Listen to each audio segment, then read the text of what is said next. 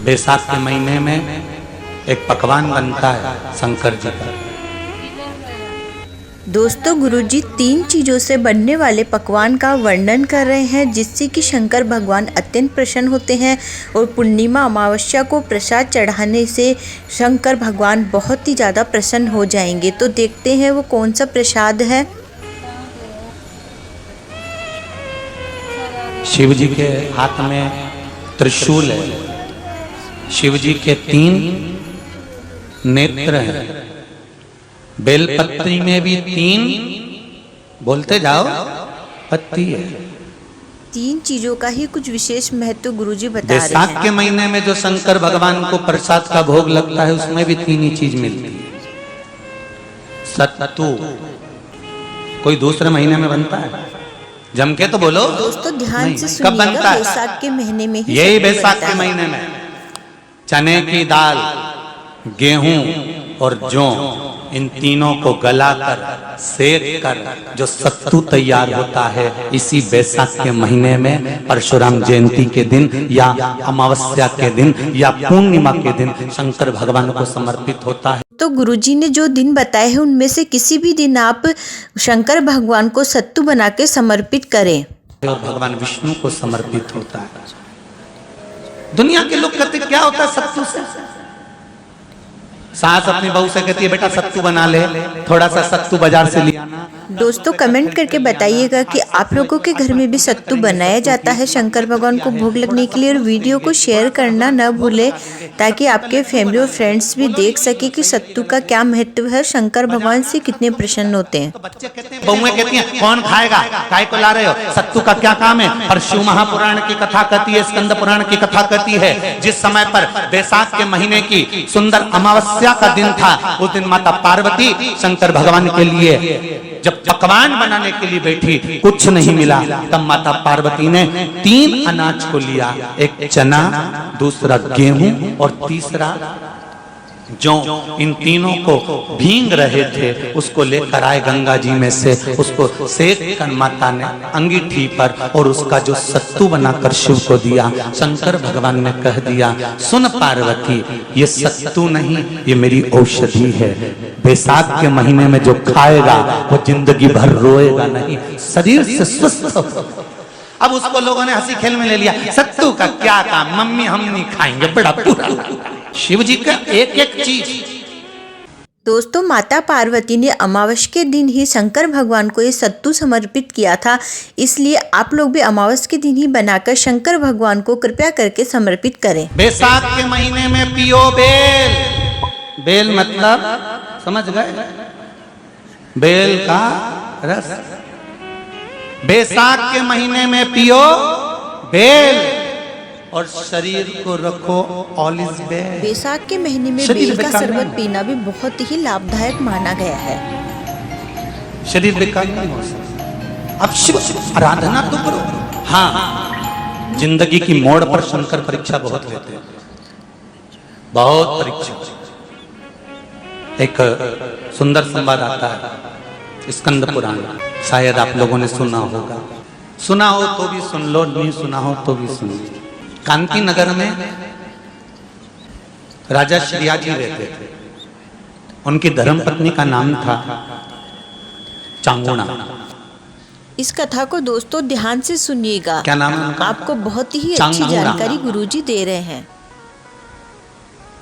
चांगुणा शिव भक्ति में लीन रहती थी, उसे शंकर की भक्ति के सिवा कुछ सुहाता ही नहीं था, शिव आराधना के सिवा उसको कुछ भाता ही नहीं था।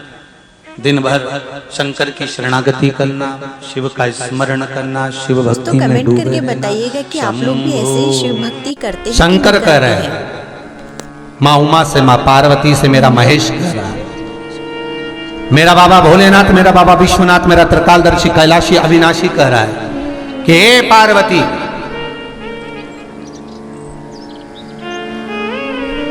एक बीला, एक बेल जो मुझे समर्पित करता है, और समर्पित करने के बाद उस बेल की महत्वता देखिए, जो बैसाख महीने में बाबा शंकर को जो चढ़ाया जाता है और 1000 अश्वमेध यज्ञ का पुण्य फल हम प्राप्त कर लेते हैं, मात्र एक फल चढ़ाकर, मात्र एक फल चढ़ाकर। दोस्तों आप भी ये फल जाके जरूरी शंकर भगवान के मंदिर में चढ़ा हे दीजिए। पार्वती, बैसाख का महीना चल रहा है, पुण्य प्रताप और ऐसा फल प्राप्त कर लीजिए। संसार का मनुष्य जब मुझे वो बेलपत्र समर्पित कर, वो बेल का फल समर्पित करता है, पार्वती वो फल जो मुझे चढ़ता है, फिर मैं भले नर्मदा के जल से निकला हुआ कंकर शंकर क्यों ना हूं, फिर चाहे मैं गंगा के जल से निकला हुआ कंकर शंकर क्यों ना हूं, चाहे फिर मैं यमुना के जल से निकला हुआ कंकर शंकर क्यों ना हूं, चाहे मैं सरयू के जल से निकला हुआ कंकर शंकर क्यों ना हूं, चाहे मंदाकिनी के जल से निकला हुआ कंकर शंकर क्यों ना हूं, ए पार्वती फिर जो भी शिवलिंग पर वो बेल समर्पित होता है,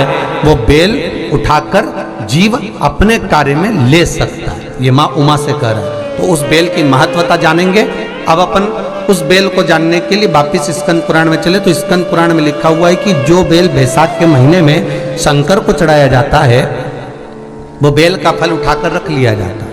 बैसाख के महीने में उस चढ़े हुए, बाकी के आपको बेल का फल खाना हो तो बात दूसरी, पर चढ़ा हुआ जो बेल का फल है वो पूरा बैसाख नहीं खाना।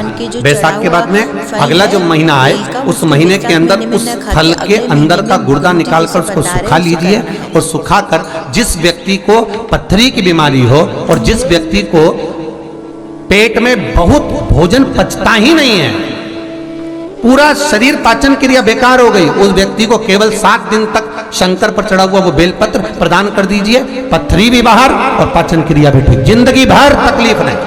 उस बैसाख में उस फल की इतनी महत्वता बाबा भोलेनाथ स्कंद पुराण, लिंग पुराण, नर्मदा पुराण, पद्म पुराण के अंतर्गत, शिव महापुराण के अंतर्गत वर्णन कर, उसकी महत्वता है। वो बेल का फल साधारण नहीं हो सकता।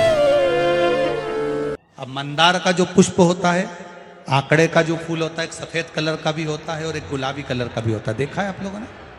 बोलो, जम के बोलो, देखा है ना?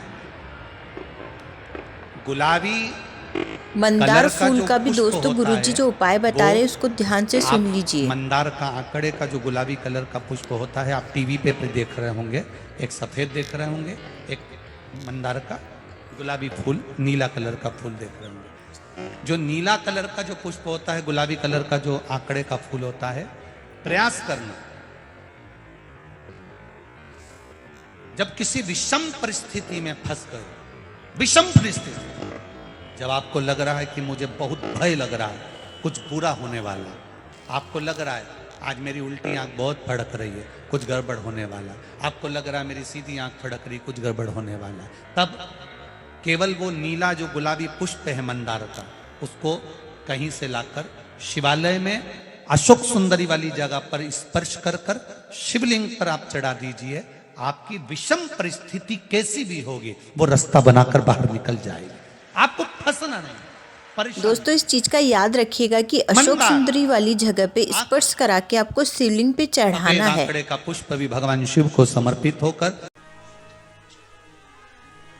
तो दोस्तों गुरुजी के जो बताए हुए उपाय है और अमावस्या में सत्तू का जो उपाय है, वो लो उपाय जो है आप लोग अवश्य ही कर लीजिएगा। आपकी जो भी विकट परिस्थिति परेशानी होगी वह दूर हो जाएगी और शंकर भगवान जो है उससे बहुत ही ज़्यादा प्रसन्न हो जाते हैं। वीडियो कैसा लगा दोस्तों कमेंट करके बताइएगा। वीडियो को ज़्यादा से शेयर करें, चैनल को सब्सक्राइब करें। मिलते हैं अगले वीडियो में। हर हर महादेव।